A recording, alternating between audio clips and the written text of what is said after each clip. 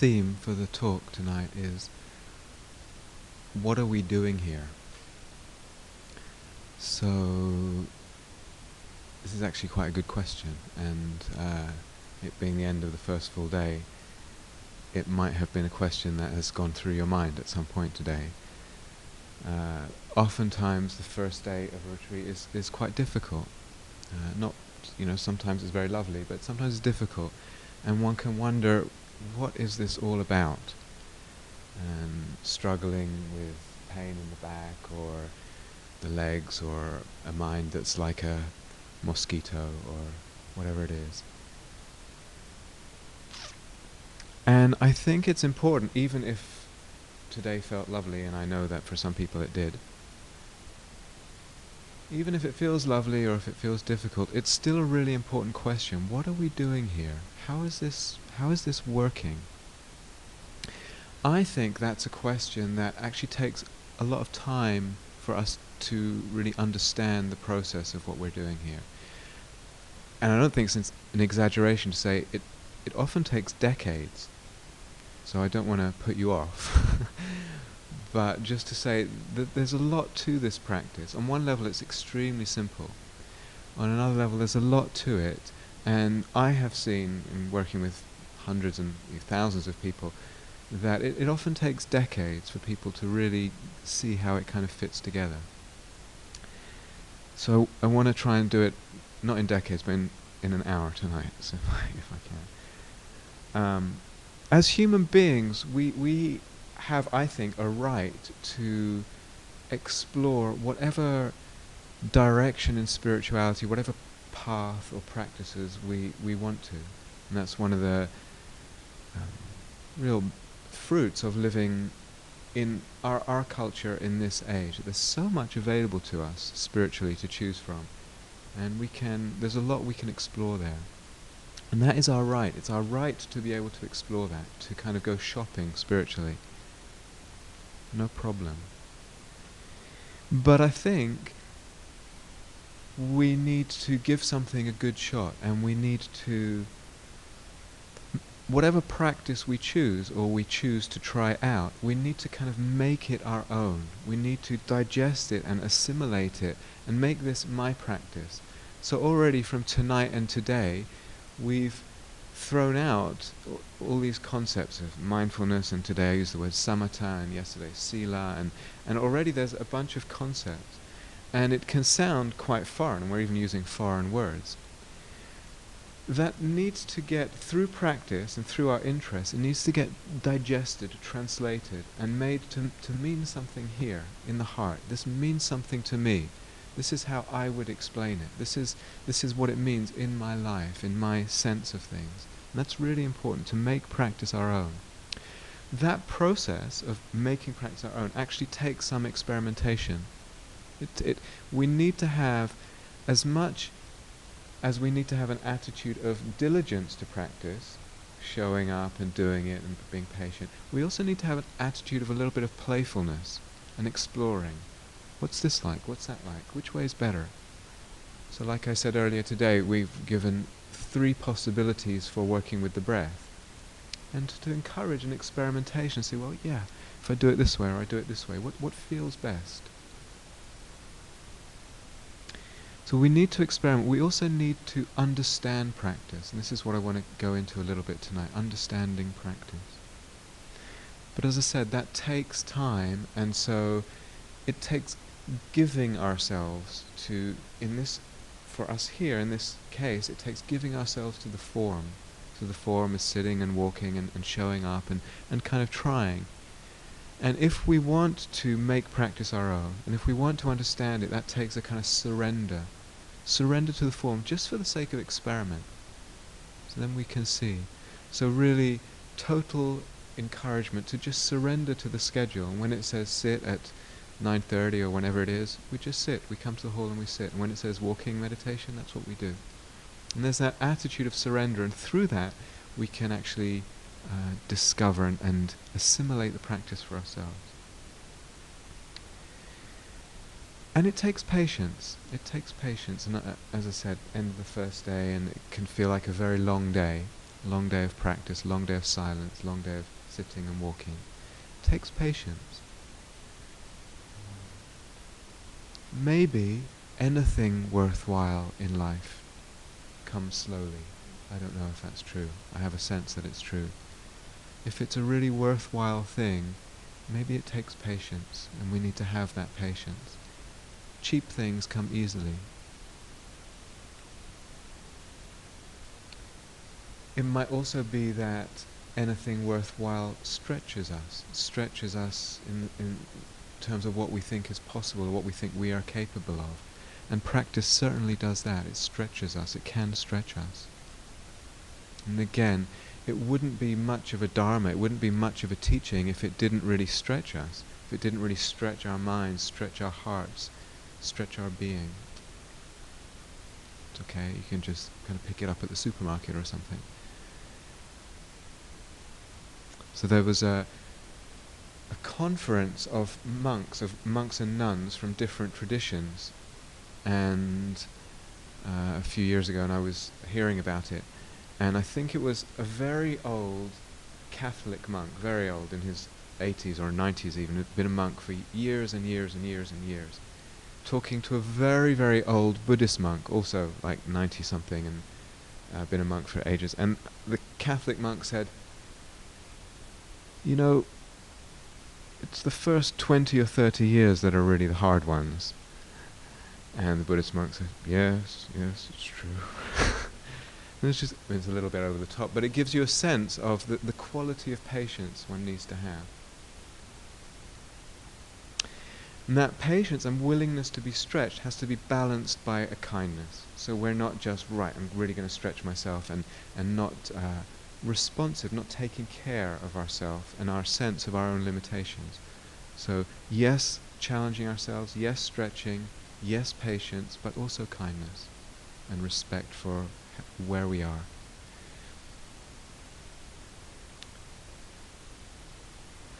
So when the Buddha talks about practice, or when we talk about practice, and so what's it for, where is it going, the most common answer to that, where it's going, is freedom, liberation, release. Those are the words that are most common. And what that means, in a nutshell, is freedom from suffering. Freedom from this word dukkha is another Pali word, D-U-K-K-H-A, dukkha. And suffering is not so good translation, and probably there isn't even a good Finnish word either, because it's such a broad word. It encompasses any kind of sense of dis-ease, or dissatisfaction, or lack of well-being, or even just a slight, something's just not quite right. Actually, even more than that.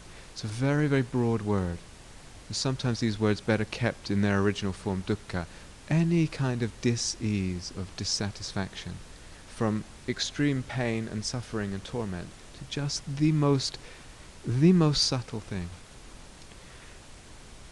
And the Buddha said, I teach one thing and one thing only. Because people came to him with all kinds of questions. He said, I teach one thing and one thing only. I teach dukkha and the end of dukkha.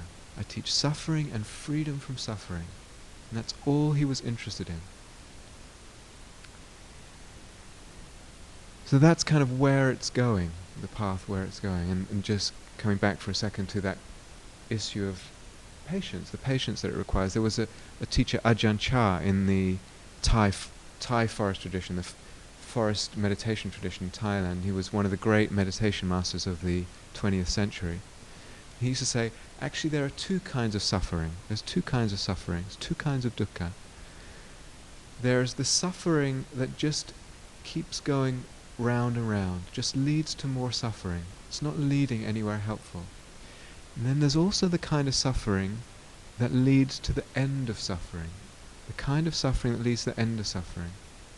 He said, if you want to tread this path and you're really interested in very deep and lovely freedom in life, then you must be willing to open to and experience the kind of suffering that leads to the end of suffering. So this means the back that's aching from many hours sitting in meditation, the restlessness, the sleepiness, the mind that doesn't behave, and just the willingness to put up with that and to go through that, because it's heading somewhere much deeper, to a much deeper freedom, much more complete freedom.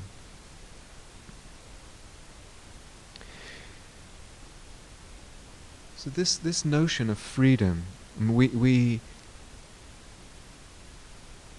as a teacher, I find myself using it a lot as a word, and we just to reflect on it a little bit. What does it mean in our life? All of us here living in the West in these times, we have quite a degree of outer freedom. All of us in this room experience a certain amount of political freedom, and we can, I don't know, we were just talking at dinner how English culture is a very complaining culture, and so there's a lot of complaining about the whole political system in England. But actually, there's democracy there, and there's etc., etc. And same in Finland. We also experience a large degree of economic freedom. We can go where we want, buy what we want, to a certain extent, to a very large extent. And some places in the world don't even experience those levels of freedom, or those levels of outer freedom. But the Dharma is really pointing to inner freedom. What does that mean, inner freedom? A freedom inside, not to do with what's outside. So this is in a way, it's a little bit more subtle. We may not even realize the ways that we are not free inside, the ways that we are kind of imprisoned or enslaved in a way. We may not even be aware. In fact, the truth is, we are not actually aware of all of them yet. So, we experience dissatisfaction in life, we experience dis-ease, we experience unhappiness and problem and suffering of all kinds, and how automatic it seems, how natural for us to then blame something that happened.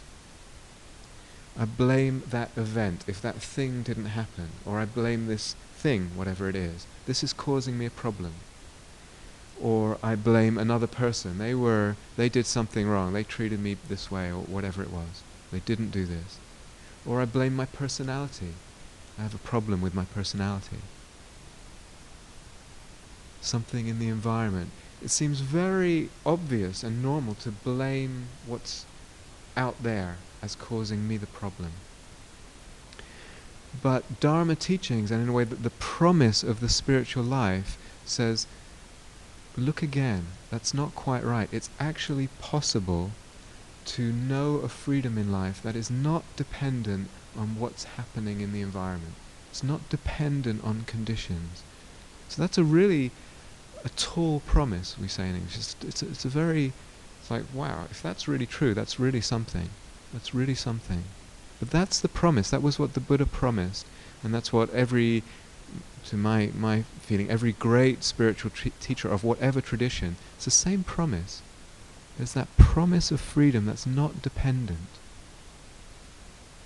So we could, we find ourselves saying in life, oh, if only my body were a little different, if only I didn't have this backache or this knee ache, how great I would be at meditating. Or if only my body were, more attractive, I would have attract better relationships. Or if only this or that. This is all very normal. If only my wife were just a little bit different, or my husband, or my child, or my parents. We want them just a little bit. If only they could change just a little. If only I had a little bit more money, or a better job, or a better place to live. And we can see the mind believing, getting caught up, completely seduced by this idea that if we change the environment, we will feel a sense of release from our dissatisfaction, release from dukkha, liberation from dukkha. If only my childhood was different, if only I was raised differently. So sometimes, of course, there is something in all these conditions, and we do need to address the conditions in life, and we do need to look at our childhood and heal that, and all of that, of course. And think about how we're living and our living situation, our money situation, all that. But in a way the Dharma is pointing to another level of freedom, not dependent on conditions. So it seems like in our life we can have a problem with, we can feel a problem with, we can feel suffering with, we can feel an imprisonment with something that's in the past that's gone, or something that's in the present that's a situation, or something that's in the future. And we feel imprisoned, not free. Somehow the past is still weighing on us, still binding us. Somehow in the present there's something that we're not free with, or in the future this thing will happen, or maybe it won't happen.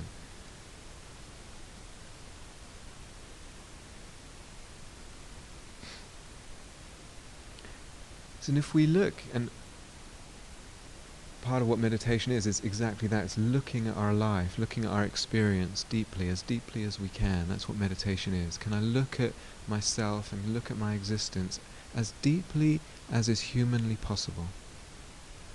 And when we begin to look a little deeper, just a little deeper, we begin to see all the different ways that we're imprisoned. And we see, gosh, I'm a prisoner to my reactivity. Someone says something and I just find myself reacting, or they do something and I find myself reacting. I don't even seem to have much of a choice in it. I'm a prisoner, I'm caught up in this reactivity. Or I'm a prisoner to my fears. I've got to perform something or say something or do something, or something's going to happen. And there's a lot of fear there, and I can't seem to get free of the fear. And the fear says, do it this way, or do this, or don't do that, or don't go near this. And the fear has such authority, such power. I'm not free in relation to my fears. So this is all totally normal human stuff I'm talking about. My thoughts, and just a day of meditation, the first day of a retreat, and how we can feel totally imprisoned by the thinking mind, that the mind is just so thick with thoughts swarming around. So when am I going to get some peace from this? Or certain thoughts that just feel like these are really not helpful, and they just keep coming over and over. Our habits, all of this we can feel bound by. Or we find ourselves obsessing about something. Someone says something and we just can't get how could they say such a thing? We can't get it out of our mind. We can obsess about all kinds of things, how we appear. Do I look okay? Do I seem okay? Do I seem stupid? Whatever, and we can't stop worrying about it. Or we are a prisoner to the kind of views we have about ourselves. So we feel, oh, I'm a bad person. If only people knew, deep down, I'm not a good person. Or I'm a depressed kind of person, or I'm an angry person, or I'm like this. And we bind ourselves in this kind of self-view, and then we can't move. We're literally wrapped up in it. Sometimes we don't realize that we're doing that to ourselves, or to others. We can feel imprisoned in roles, a job that we're in and we can't seem to get out, and it feels like a situation, a form that we're imprisoned in. Or relationships, sometimes we feel stuck in a certain kind of relationship with a partner or with parents or with children even sometimes, and we're just stuck there. On an even more fundamental level, so I know all this sounds pretty dark, but hang in there, we're getting to the good stuff. On an even more fundamental level, we are in a way imprisoned through our senses.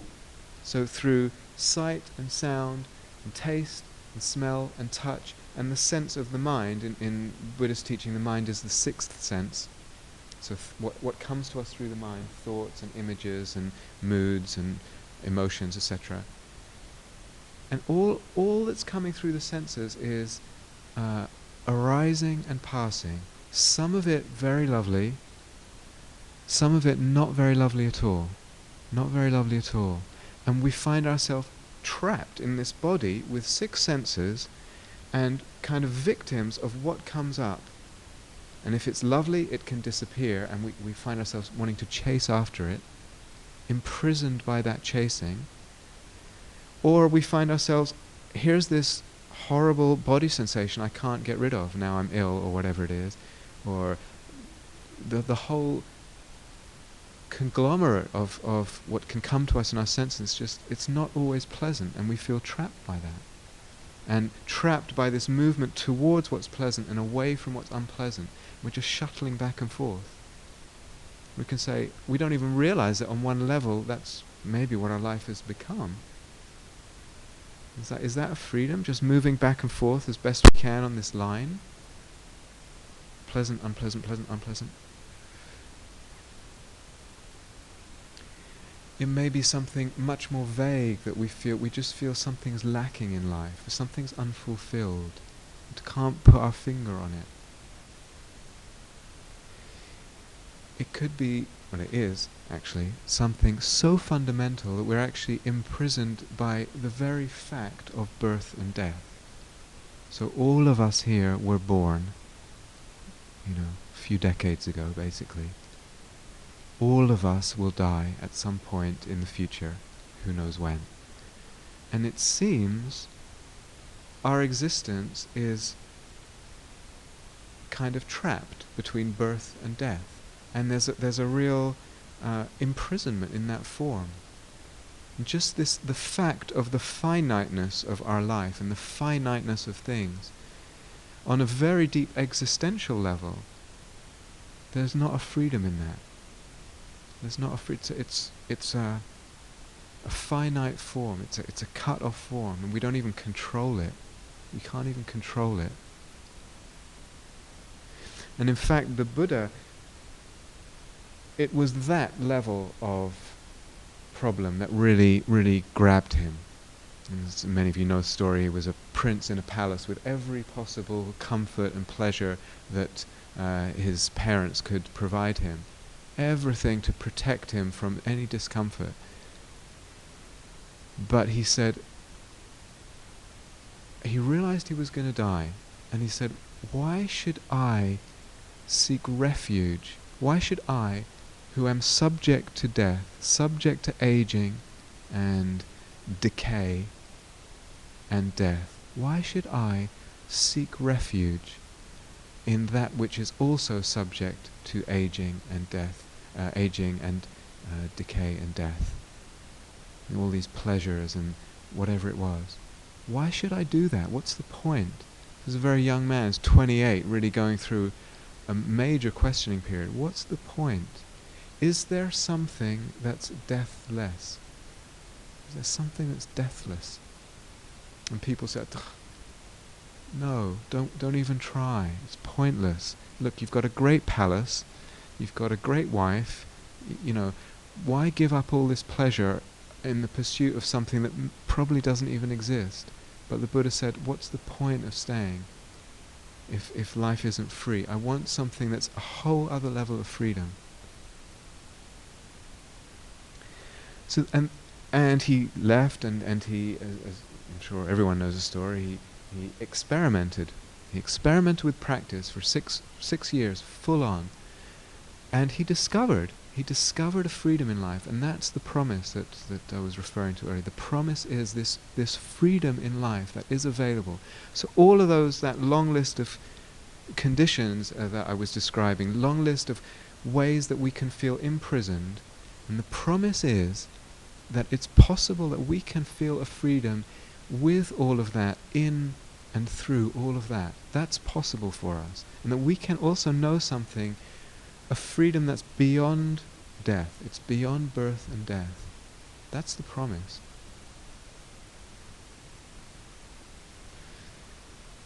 And this practice of insight meditation is very much about looking at life, as I said, looking really deeply at our existence so that we begin to understand it. We begin to understand truths about life. And to quote Jesus, a beautiful passage from the Gospel of St. John, you will see the truth, and the truth will set you free. You will see the truth, and the truth will set you free. It's lovely. It's the same idea here. Now that's, to me, I just want to take a little aside, that's quite interesting. So when we hear something like that, just right now in the hall, there's 20 whatever people in here, what's the reaction? What's the reaction? And just to notice, and not any shoulds here, but just to notice what the reaction is. Something occurred to me recently. I was actually coming out of something I read about Indian history around the time of the Buddha. And this piece said that for Indians coming from before the time of the Buddha, from the time of the Upanishads, which is at least 300 years before the Buddha, the idea what took root in Indian culture that it's possible to train the heart and to train the mind, for a human being to train the heart and train the mind, train the whole kind of perceptual process, so that we can literally see the truth and know the truth with a capital T, the ultimate truth of things. That's possible. And that idea came up in Indian culture, and it really took root. So that even nowadays, or it's beginning to change now that India is so much being westernized and stuff, but that idea is very common. Your average Indian person believes that. They may not sign up to do the training, but they believe that it's actually possible for a human being to do that. Whereas in the West, just because of how we've developed, it's that kind of view, the belief that that's possible for this human being and this kind of cognitive apparatus to understand the truth and see the truth. It's only really mystics, and very few mystics, that really believe that's possible. And I was struck by this because we had, where I live and work, Guy House, there's managers there, and we had to do a group for the managers. And we were talking about seeing, at a very deep level of practice, seeing that time doesn't actually exist in the way we think it does. And someone was talking about, well, that sounds like relativity theory and quantum theory and all that. And my point was, well, actually, you can also discover it through practice. And I was so struck by some people didn't think that was at all possible with practice. That was just no. If I want to understand that, I go to the science, even though I don't understand the science. I just trust that what they're saying is true.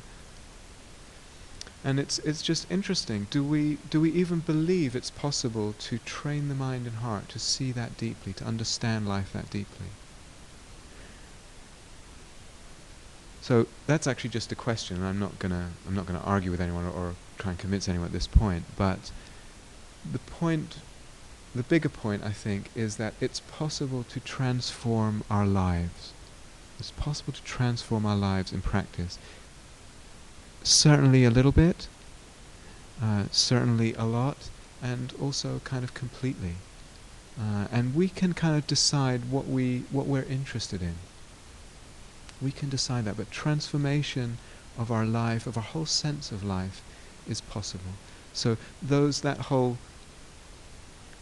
list I gave of what's difficult, we can begin to feel freedom with at least some of that, and more of that. That's possible.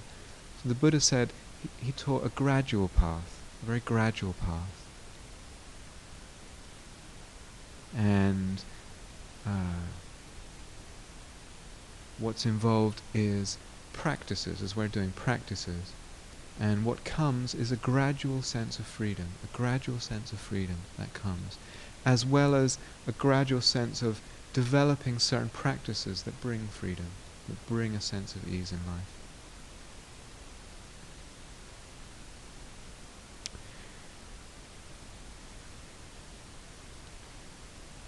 So, I think this retreat was called an insight meditation retreat. Is that what it's been called?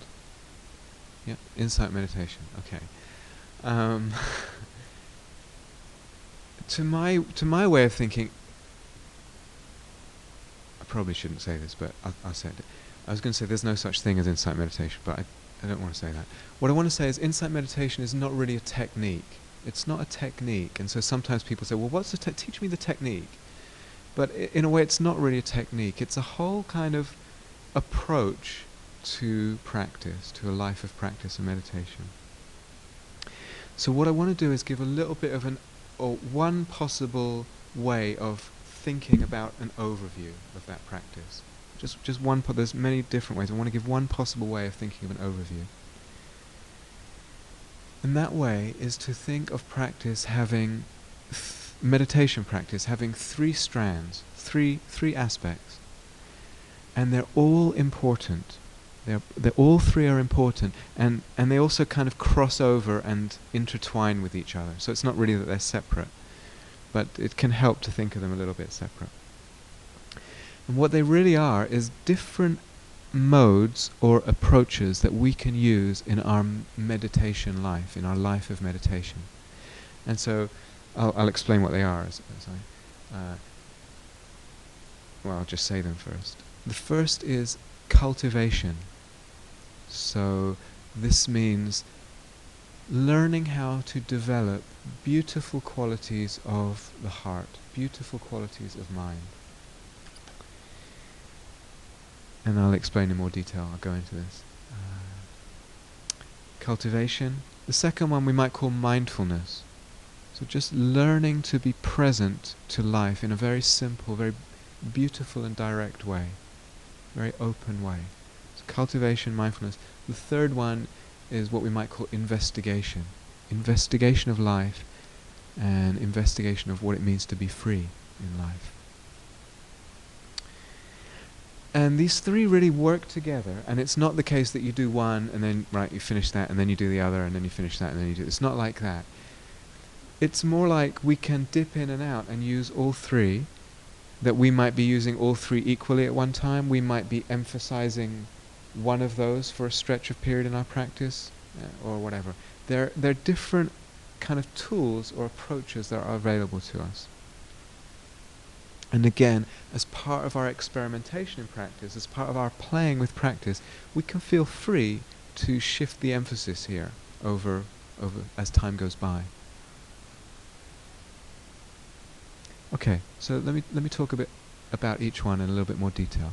The first one, cultivation. So what does that mean? It means gradually, slowly, learning how to develop a sense inside of what the Buddha would call wholesome nourishment.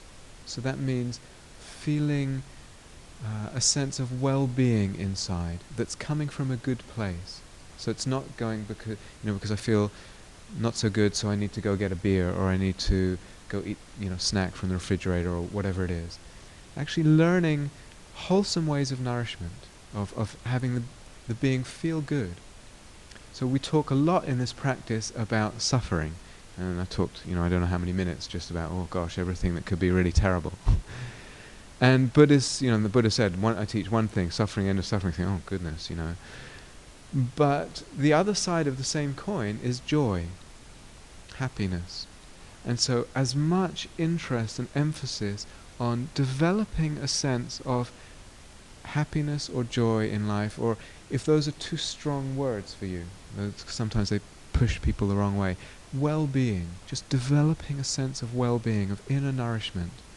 And that's a real journey, and it's a very gradual journey. It's not a linear journey. So in other words, it has its ups and downs like everything else. But that's really, really, really important in a life of practice. Developing a sense of joy or well-being inside, a sense of peace inside. Learning how that can be more and more accessible to us, more and more somehow a reservoir that we can draw on, that we have inside us this reservoir, and we can be nourished there. So, I spoke last night about sila, about the ethics, taking care of the ethics, taking care of living in relationship to others with love, with care, with respect. That's feeding, the Buddha's words, literally, feeding our sense of well-being. It's feeding our sense of well-being.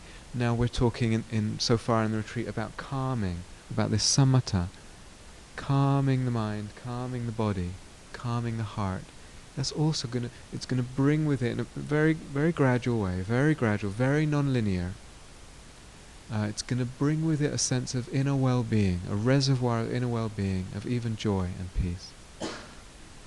And all these lists, some of you may be familiar with, the Buddha has all these lists, 8 of this, and 10 of that, and 5 of this, and 7 of this, and it can seem amazingly dry, amazingly boring. And part of the point of the list is that they're all qualities that lead to joy, that lead to this nourishment, this inner well-being.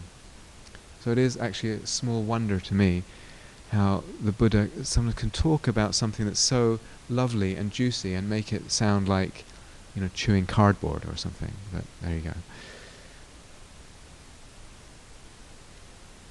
But when we begin to cultivate some of what's on those lists, the calmness, the generosity, the loving kindness, the equanimity, the patience, the mindfulness, all that goes on, we begin to understand really clearly where is happiness, and it's in those qualities. It's in when those qualities are in the heart, then the happiness is there.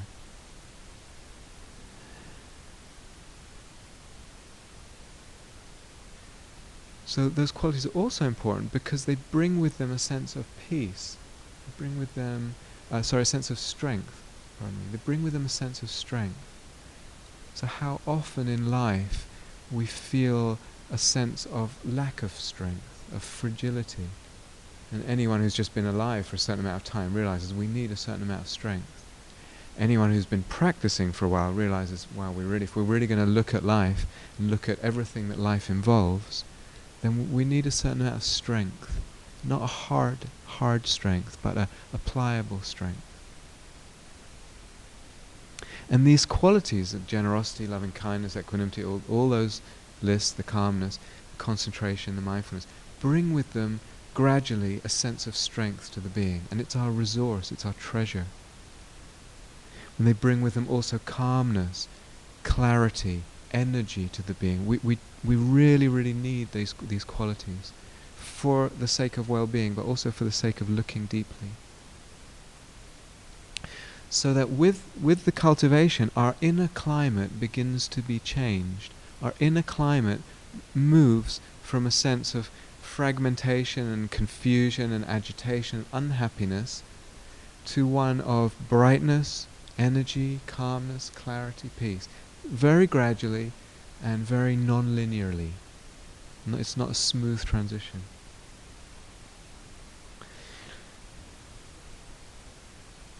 So this cultivation, we might already feel so far on the retreat, wow,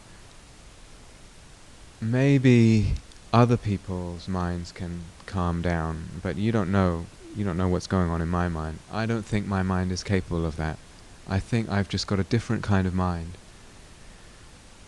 And this is actually quite a normal thought. But to see, on one level, the mind is just a kind of set of habits. It's just a set of habits. And this was one of the things that the Buddha had insight into. The mind, being a set of habits, is actually malleable. It's shapeable. So we can learn, however we feel our mind is, we can develop it. We can learn this. We can learn the skill of calmness, the skill of collectedness.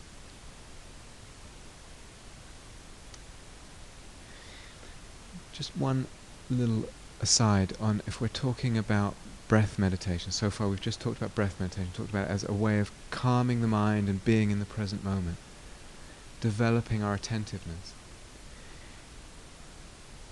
It's very tempting to shrink our view of practice to being just that we're here to learn how to concentrate on the breath and to be attentive. If our view of practice shrinks to that, it was going to get very tight and very dry. So we have to actually see, we have to have a bigger picture of what's going on, as big as we can. So what else is going on? We say, I'm trying to be with the breath and my mind keeps going off. When the mind goes off, and I notice where it is, I'm thinking about something that happened a week ago, or I'm thinking about 2 weeks, wherever it is, and I realize, oh, I'm thinking about something. That's a moment of mindfulness. It's a moment of wakefulness. And we're really interested in those moments of mindfulness. It's not just about staying with the breath. So we're interested in these moments of mindfulness, of knowing where the mind is. So it's a moment of success. It's good. It's very good. Every time the mind is off, And I notice it and I bring it back, and I bring it back, and I bring it back, and I bring it back. Over time, this is not a very good example, over time, this becomes a big muscle here. It's not very, imagine. We're interested in developing the power of the mind as well. So that's something else that's going on. Seeing the bigger picture of what's going on. Every time the mind is off, I could get impatient with myself.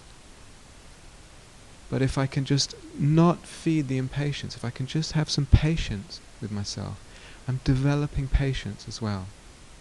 The mind goes off and I could judge myself. If I can just let go of the judgment, not get so caught up in the judgment, then I'm feeding non-judgmentalism as well. All that is going on. It's not just about, I'm a failure if I can't stay with the breath. If we have that view, it will get too dry and too tight, and we'll just be unhappy in the whole thing. So try and have this bigger picture of what's going on.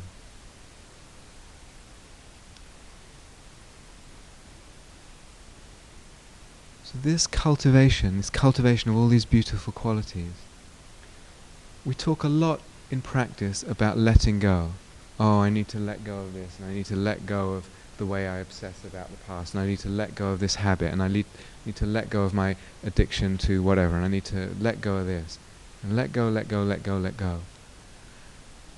How much harder it is to let go when the inner climate is not one of well-being, when we actually feel, in a way, impoverished inside. So this cultivation makes the letting go of what's not helpful. It makes that so much easier. So we feel we have enough, and we can let go of what's not helpful. So when we develop this inner well-being, don't need to be involved with drugs or drink or eating, or now in England for the last few years we've had this shopping addiction thing. I don't know if you have it in Finland, but England is the country in the world with the highest credit card debt. So that means people are taking their credit cards and going shopping to feel good. So they buy things they actually can't afford, and then they just build up these massive credit card debts. It's the highest in the world. And part of it's coming out of this sense of not having enough inside, and get a little bit addicted to this feeling of, it's the only way. This article was saying, the people who were doing it were saying, it's the only way I kind of knew how to take care of myself, was to spend money that I didn't have. I kind of feel like I'm treating myself. When we learn cultivation in this gradual way, actually we feel, I have enough. There's enough. I don't need to do all that other stuff. A mind that's developed in that way, a heart that's developed in that way, that's cultivated what's beautiful, is a non-sticky mind. It's easy to let go. Things that are difficult don't tend to stick. Okay, so these three strands. The first one was cultivation. Second one I said was mindfulness. Mindfulness is a word with a lot of different meanings, but the meaning that has become the most sort of common and popular, and I actually realize people are from different, if you have meditation backgrounds, different meditation backgrounds. But in the insight meditation tradition, the meaning of mindfulness that has become most popular is this being intimate with our experience. Very beautiful. Really meeting life as it is. Really touching our experience. Direct experience. As much as possible underneath the words and the labels and the judgments and the preconceptions and the ideas that we have about experience. And just going and really touching life as it is. So in the tradition they talk about bare attention. It's actually not a word the Buddha used, but this meeting life nakedly. Really, what does the breath really feel like? What does this footstep on the earth, what does it feel like? What does it feel like to walk? Not my ideas about it, or my likes or dislikes. What does it actually feel like? Are we really living life? Are we touching life? Are we being touched by life? Something so precious and beautiful. And with that, this idea of mindfulness has also the idea of acceptance, of not trying to manipulate one's experience. So we can be also a little bit addicted in our life to trying to change something. It's too hot, it's too cold, to this, to that. Keep changing everything in our environment, changing everything in our whatever in our life. And the thrust of this mindfulness is actually learning to be with what is, learning to let go of that compulsive manipulating, and just to be with what is, to open to what is, to open to what the moment brings, to open to the fullness of life. Can you sense the beauty of that? Something really, really precious.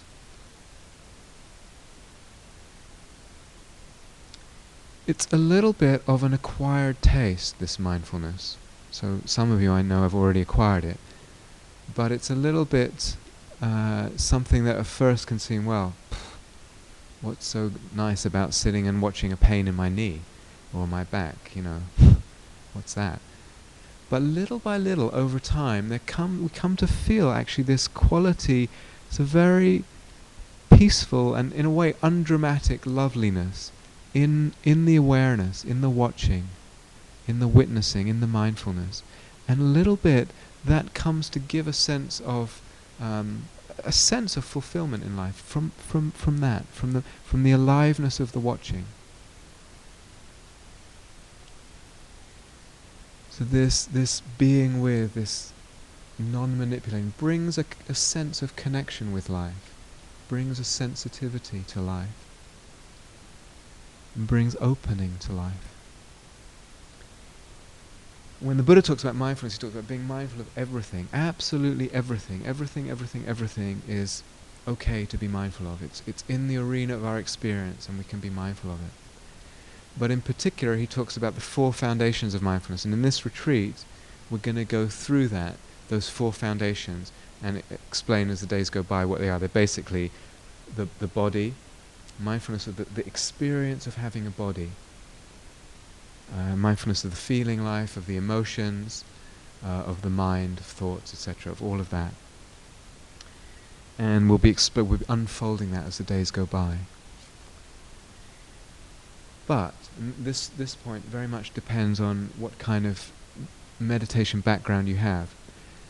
Many people from the insight meditation background, it can come to be that our practice is almost just about mindfulness, and we believe almost in the miraculous power of mindfulness. So all I need to do in practice, all I need to do is be mindful. All I need to do is be with, is open to, is to accept what is to be intimate with life. And that's my practice. All I need to do is be with things as they are. That's a very lovely practice, it's a very lovely attitude, very beautiful aspiration even. But it's only one of these 3 strands. It's only one. And I cannot count anymore how many people I have worked with, people who have been practicing many, many years, decades sometimes, have just practiced in that way. It's only about being with what is. It's only about opening to and accepting. And they find, okay, some things have shifted, but some things it's just the same old problem coming round and round and round. 10 years, 15 years, 20 years. Why? Because there isn't the attention to the other two strands of the path, the cultivation and the investigation so much. So mindfulness has tremendous power, but not complete power. There's only one part. So, cultivation, mindfulness.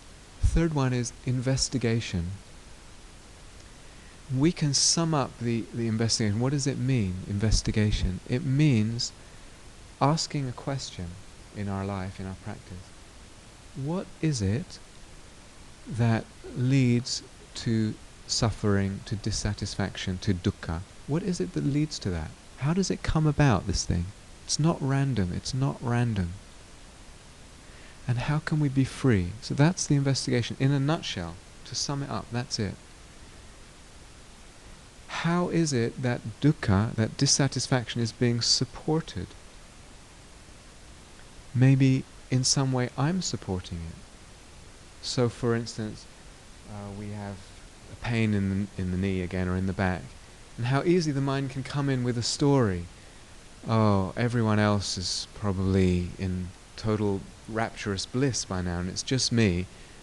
And if it wasn't for, you know, my parents giving me the wrong kind of genes, I would have a different experience now. Whatever. And the story comes in, or maybe I have, you know, some big problem that needs to come out. The story comes in, and it actually adds to our suffering. So Buddha says, compounding. We're adding unnecessary suffering. This is the investigation. This is the question. How am I adding suffering? How am I supporting suffering? So, where I work a little while ago, there was one of the people, I work with her, but I'm not in a teaching relationship to her. And she's a staff person. And I went into the office one day and was talking to her, and she was very upset about, and I said, what's the matter? And we were just talking, and she was telling me about some stuff that happened with her boyfriend.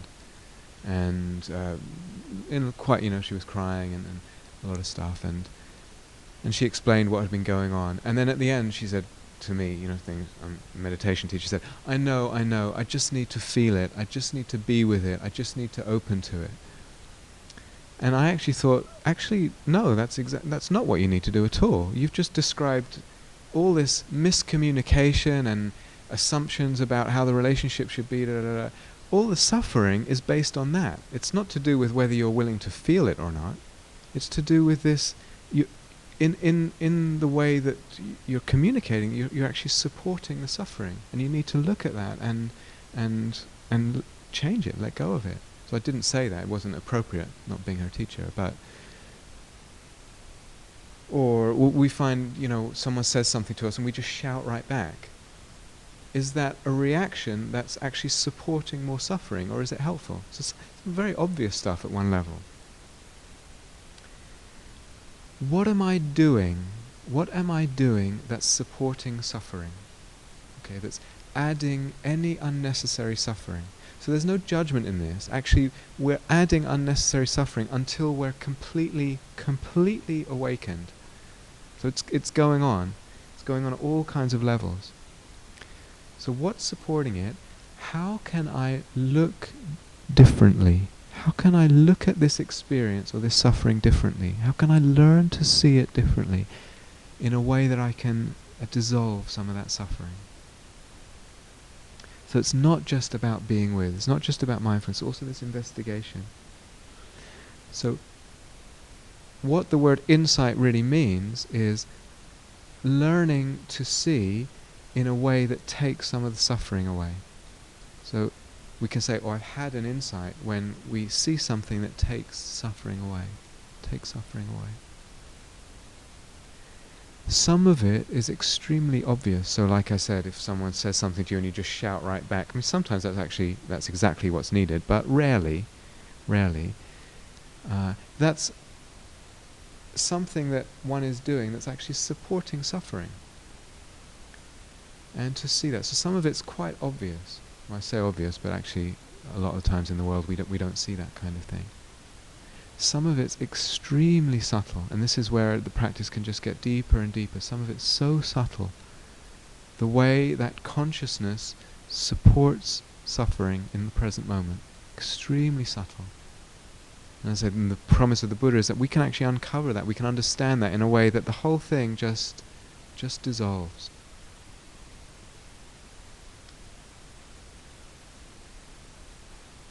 So just very briefly, because time is getting on.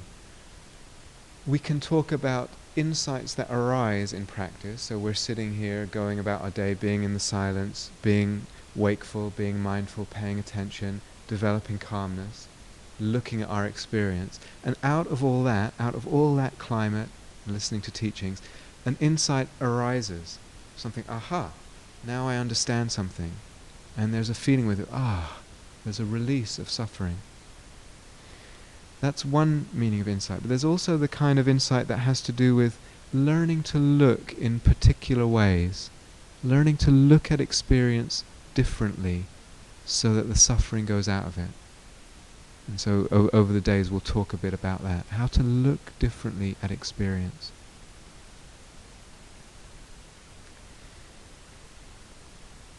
what can happen, what does happen over time, and again, very gradual, very non-linear way. This process, the calmness, the cultivation, the mindfulness, the being with, the investigation, all of that kind of works together. And sometimes we emphasize one and sometimes we emphasize the other. All of it works together and brings with it more and more of a sense of freedom in life. More and more of a sense of being in life and moving through life with a real sense of freedom. Again, just a little bit or to really radical senses of freedom. More and more an understanding or a sense of the truth of things. And sometimes we really do understand through asking questions how things come to be and how suffering comes to be. We actually understand. We understand the true nature of things. Other times it's more of a sort of, we're just receptive to a truth. We're almost like sensitive to a truth that can't even put into words. And just somehow in the openness, in the stillness of the being, we grow sensitive more and more to a truth that brings with it freedom.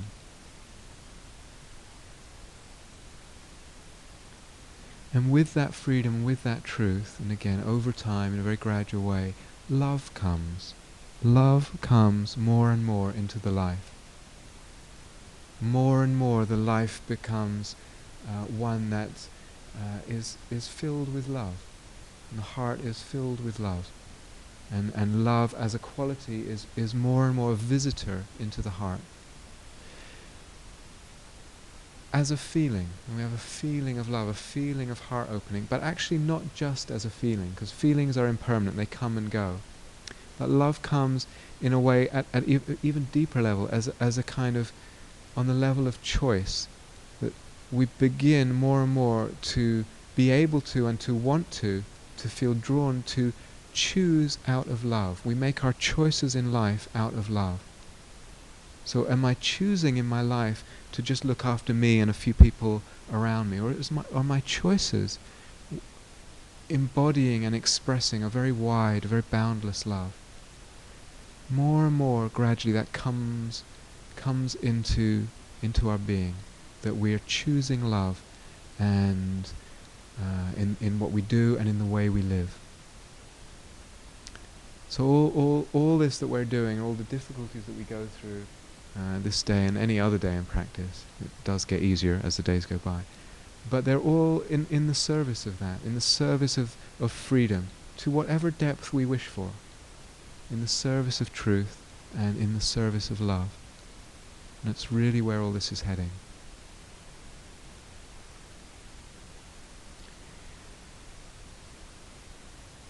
And there's nothing better than that. There's nothing better. In life there is nothing better than that. You cannot beat it. There's simply nothing better than that. A life of freedom, a life lived in the truth, and a life open to love. You can't have a better life.